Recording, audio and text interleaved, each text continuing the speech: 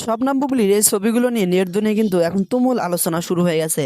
আমরা সবাই জানি মেগাস্টার শাকিব খান এবং অপু বিশ্বাস দ্বিতীয় বিয়ে করতেছে এবং বিয়ের জন্য মার্কেটে শুরু করে দিয়েছে। আর এইদিকে শবনম বুবলি নতুন করে কিসের জন্য মার্কেট করতেছে, আসলে এর কারণে কি? চলুন আমরা শবনম বুবলির মুখ থেকে শুনে আসি। তিনি বলেছেন, নিজে স্টেটমেন্ট দিয়েছেন বেশ কিছু টেলিভিশন প্রোগ্রামে, সেটা আর্কাইভেও আছে, আপনারা জানেন যে তাদের মধ্যে এরকম কনভারসেশন ছিল যে বাচ্চা চায় কি নাকি সংসার চায়, বাচ্চা যদি নেওয়া হয় তাহলে তার ডিভোর্স দেওয়া হবে বা সংসার থাকবে না।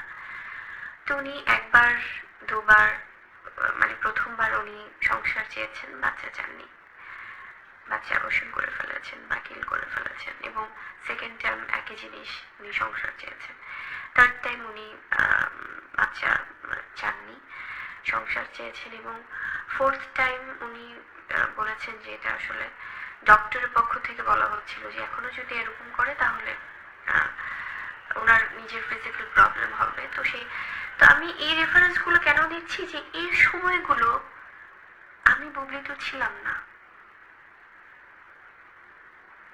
ওনাদের এই বিষয়গুলোতে, তখন তো আমার এক্সিস্টেন্স নেই ফিল্মে, আমি তো তখন ফিল্মেই নেই, কোথাও নেই। তো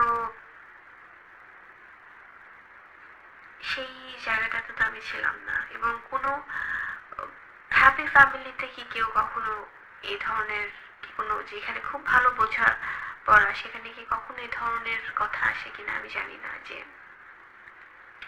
বাচ্চা চাই নাকি সংসার চাই।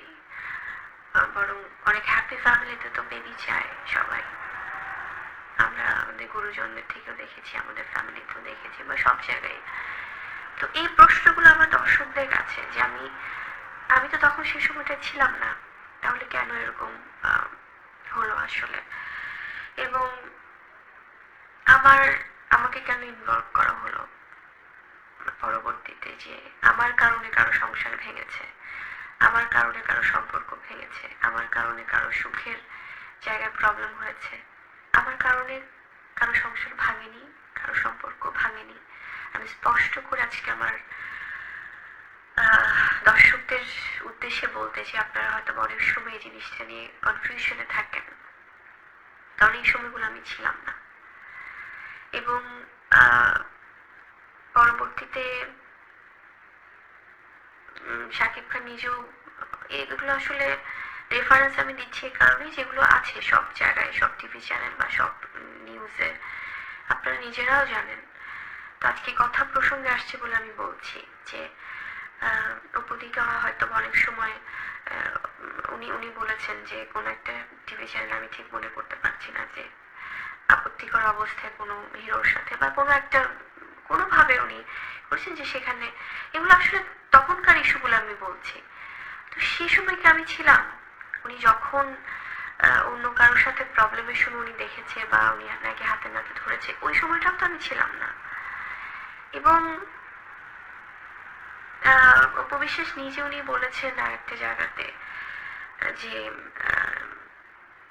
উনি প্রায় ফান করতেন, মজা করতেন, উনি এবং শাকিব খান মেয়েদের সাথে ফোন করে করে সিঙ্গেল সেজে সেজে শাকিব খানকে দিয়ে উনি নিজেও অনেক সময় অনেক মজা করেছেন, বা শাকিব খান নিজেও মজা করেছেন, প্রেম করতেন মেয়েদের, মানে বলতেন না ওনারা যে ইনভলভ বা কোনো কিছু। তো সেই জায়গাগুলো থেকে না আমি কেন আজকে এই জিনিসগুলো শেয়ার করছি, যে একতরফা যখন মনে হয় যে কিছু জিনিস সবসময় আমার দিকে আসছে, এবং যার দিকেই যাক, সেটা শাকিব খানের দিকে যাক বা আমার দিকে যাক বা অন্য কারো দিকে যাক, এটা না আসলে বিষয়গুলো এমন না।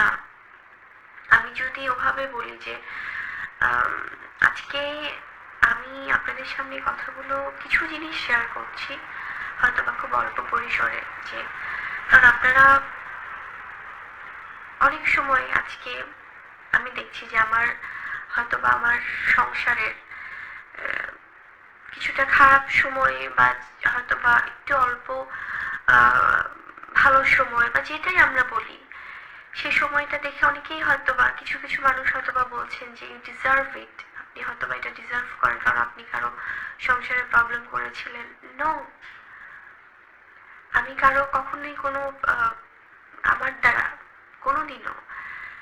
কোনো প্রবলেম হয়নি। এবং যখন তাদের মানে যখন উনি গোপনে চলে যান, উনি অপবিশ্বাস যখন উনি গোপনে আড়ালে চলে যান, ফাইনালি যখন উনি প্রেগনেন্ট অবস্থা, এগুলো ওনার কথা। তো সেই জায়গা থেকে আমি জাস্ট রেফারেন্স দিচ্ছি যে উনি চলে যান তখনও তো আমি ছিলাম না। এবং উনি অনেক জায়গায় বলেছেন যে উনি তার শাকিব খানের ফ্যামিলির কারো কাছে তার বেবি সেফ না, এক্সেপ্ট শাকিব খান, উনি কারো কাছে বিশ্বাস করতে পারেন না।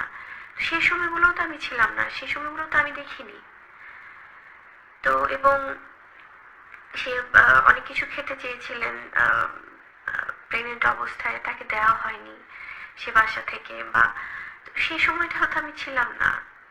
তাহলে আমাকে কেন, আসলে হয় কি, যখন এবং ওনারা ফাইনালি যে সেপারেটেড বা ডিভোর্স হয়ে যাওয়া, সেই জায়গাটাতেও তো তাদের, এটা সম্পূর্ণ তাদের ব্যক্তি স্বাধীনতা। তারা তো মানে ম্যাচিওর মানুষজন। এটা কি সম্ভব যে কারো দ্বারা প্ররোচিত হয়ে? এটা কখনোই সম্ভব না। যদি ব্যক্তি মানুষ হিসেবে তাদের কোনো সিদ্ধান্ত না থাকে, সেক্ষেত্রে অন্য কেউ এসে কখনো এটা করতে পারবে না। এখানে কেউ ইম্যাচিওর না।